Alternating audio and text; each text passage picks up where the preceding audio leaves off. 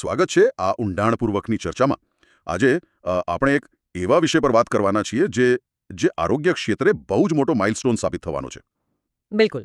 અને ખાસ કરીને મહેસાણા જિલ્લામાં જે નવું અભિયાન શરૂ થયું છે. હા, એ જ કિશોરીઓ માટે સર્વાઇકલ કેન્સર વિરોધી રસીકરણ, જેને સામાન્ય રીતે HPV રસી કહેવાય છે. અને આ બધી જ સચોટ માહિતી આપણને મોઘેરું મહેસાણા તરફથી પ્રાપ્ત થઈ છે.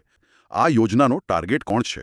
મહેસાણા જિલ્લામાં 14 વર્ષ પૂરા કર્યા હોય અને 15મો જન્મદિવસ હજી બાકી હોય તેવી કુલ 16,083 કિશોરીઓને આ રસી આપવાનું લક્ષ્ય નક્કી કરવામાં આવ્યું છે. અને આમાં આર્થિક ફાયદો પણ બહુ જ મોટો છે. એકદમ. બજારમાં જે રસીનો ખર્ચ આશરે 3,000 રૂપિયા જેટલો થાય છે, તે રાજ્ય સરકાર દ્વારા અંદાજે 150 કરોડના ખર્ચે સંપૂર્ણ મફત આપવામાં આવી રહી છે. અહીં સૌથી આકર્ષક બાબત એ છે કે આની પાછળનું વિજ્ઞાન શું કહે છે. મહિલાઓમાં થતા સર્વાઇકલ કેન્સર એટલે કે ગર્ભાશયના મુખના કેન્સર માટે મુખ્ય કારણ HPV વાયરસ છે.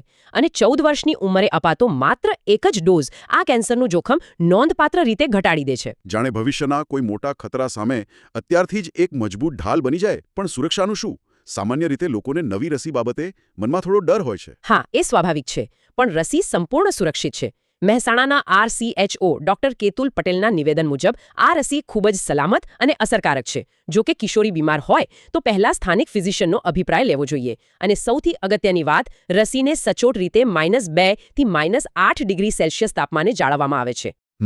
કે કોણે આ રસી ન લેવી જોઈએ? અમુક અપવાદો તો હશે જ.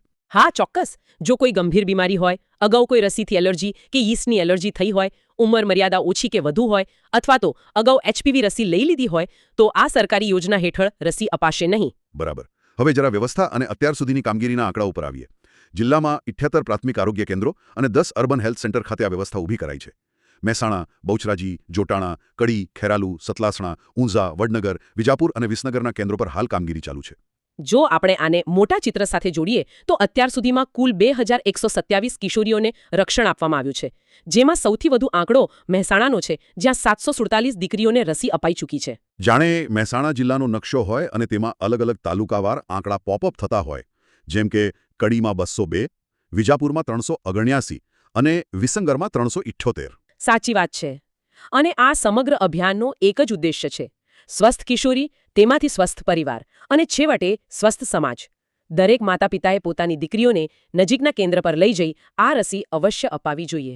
એકદમ સાચી વાત. અંતમાં એ વિચારવું ખરેખર રોમાંચક છે કે આજે લેવાયેલું એક નાનકડું અને મફત આરોગ્ય પગલું ભવિષ્યની આખી પેઢીને એક જીવલેણ બીમારીથી કેવી રીતે મુક્ત કરી શકે છે. આ એક બહુ જ ઊંડો વિચાર છે. આવી મહત્વની અપડેટ સતત મેળવવા માટે mogeruMehsana.in વેબસાઇટની રોજ વિઝિટ કરવી જોઈએ.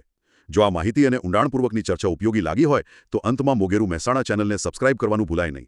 આ વિડીયોને લાઇક કરવો, પરિવારજનો અને મિત્રો સાથે શેર કરવો અને જો કોઈ સૂચન હોય તો કોમેન્ટ બોક્સમાં જરૂર જણાવવું. ચર્ચામાં જોડાવા બદલ આભાર.